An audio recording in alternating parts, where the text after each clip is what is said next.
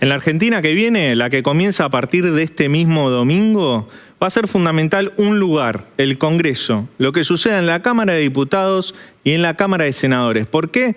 Porque el gobierno de Javier Milei tiene hiperminoría en las dos cámaras y una agenda reformista súper ambiciosa.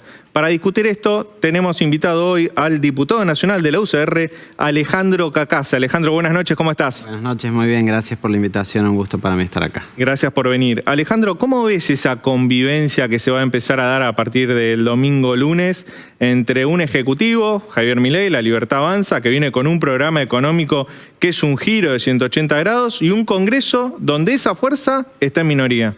Sí, tenemos una situación política un poco inédita para lo que es nuestro país y nuestro federalismo. Tenemos 2 diputados sobre 257 que ahora se convierten en presidente y vicepresidente de la nación, pues sin tener ningún bloque detrás. Tenemos por primera vez un presidente que no tiene ningún gobernador, y también tenemos gobernadores que tienen pocos o ningún diputado detrás que lo respaldan, porque ha habido una diferencia enorme de resultados entre las 10 gobernaciones que obtuvo Juntos por el Cambio y el tercer lugar que obtuvo en las elecciones presidenciales. Entonces este es un terreno no explorado, te diría, que no está en los libros de ciencia política de la Argentina, que siempre se entendió como la negociación entre el presidente con gobernadores que varios eran de su propio espacio político y otros tenían legisladores para aportar en el Congreso. Es difícil en consecuencia predecir qué va a pasar. Creo que se escribe un nuevo libro de la historia, digamos, política argentina con esto.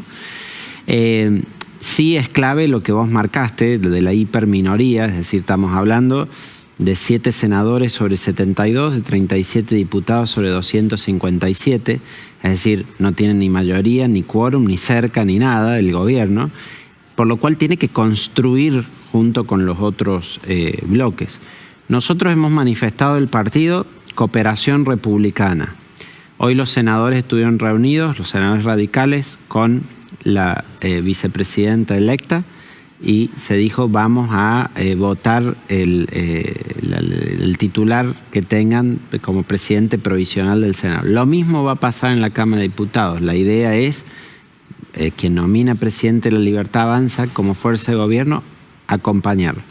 Pero eso implica que tienen que tener una tarea de interlocución y diálogo para discutir las reformas. A eso te quería preguntar, Alejandro, ¿hasta dónde llega esa cooperación republicana y cuáles son los límites? Nosotros queremos aportar a la gobernabilidad. Eso implica estar en el Congreso para dar las discusiones, otorgar el quórum para que las reformas que el gobierno plantee se puedan discutir. No significa acompañamiento de todo, ni rechazo, ni cheque en blanco. Ahora muchos me preguntan, por ejemplo, por la ley de reforma del Estado, la ley ómnibus que va a enviar. Bueno, no la hemos visto, no sabemos qué dice, no la conocemos. Cuando se plantee el proyecto lo vamos a analizar ítem por ítem. Sí te puedo advertir cosas que nos sensibilizan, por ejemplo, la delegación de facultades.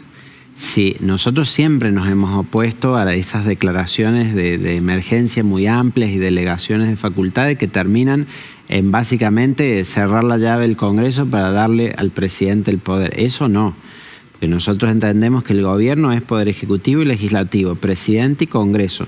Hay facultades que la Constitución asigna al Congreso, obviamente la sanción del presupuesto, obviamente la cuestión cambiaria o monetaria, obviamente la definición o reestructuración de la deuda que tiene el Estado. Entonces, esas cosas tienen que pasar por el Congreso. Hay una disposición a poder escuchar, analizar, debatir en aquello que se está de acuerdo a avanzar y en aquello que no, no. Y esto, digamos, si ustedes ven en nuestra agenda de campaña, hay muchas iniciativas económicas que compartimos con La Libertad Avanza. Y que yo estoy seguro que con buena voluntad se puede conversar y se puede acompañar. Ahora, hay otras cosas, no sé, por ejemplo, la privatización de YPF, nosotros nunca hemos estado de acuerdo con eso. Cuando el peronismo la privatizó, nosotros nos opusimos y creamos la empresa con Irigoyen. Entonces veo difícil que en un tema como ese haya acompañamiento, pero es ir viendo tema por tema. Diputado, en este gobierno que se va y en este gobierno entrante empieza a haber un recambio de figuras políticas muy importantes. Uno de ellos es el de la vicepresidenta Cristina Fernández de Kirchner, que hoy se despidió del Senado. Nadie sabe cuál va a ser su futuro político, pero tampoco nadie sabe cuál va a ser la postura de su fuerza política frente a Milei. Te invito a que veamos cómo se despedía y enseguida te pregunto eso. Nos merecemos vivir mejor. Quiero despedirme. ¿Qué es despedirme? Yo voy... Voy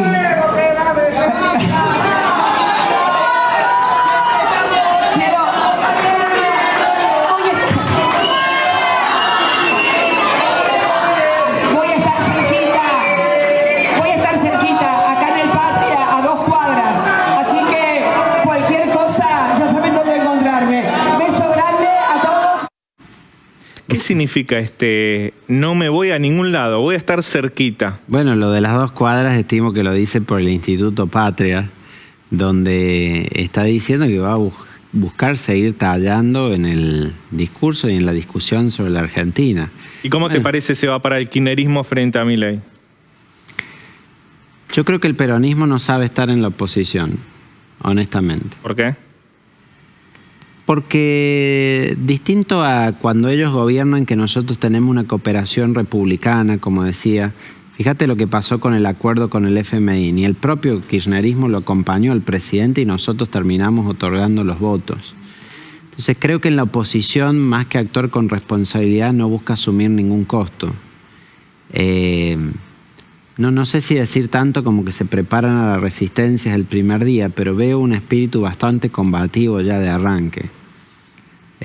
Ojalá me prueben equivocado en eso y haya una oposición republicana, moderada, racional, pero no es lo que vimos en el gobierno de Macri, no es lo que vimos en el gobierno de la Rúa, no es lo que vimos en el gobierno de Alfonsín. ¿Vos crees que si Milei lleva a cabo las promesas que hizo de reformas muy fuertes, económicas, laborales, previsionales, van a volver a tirarle piedras al Congreso?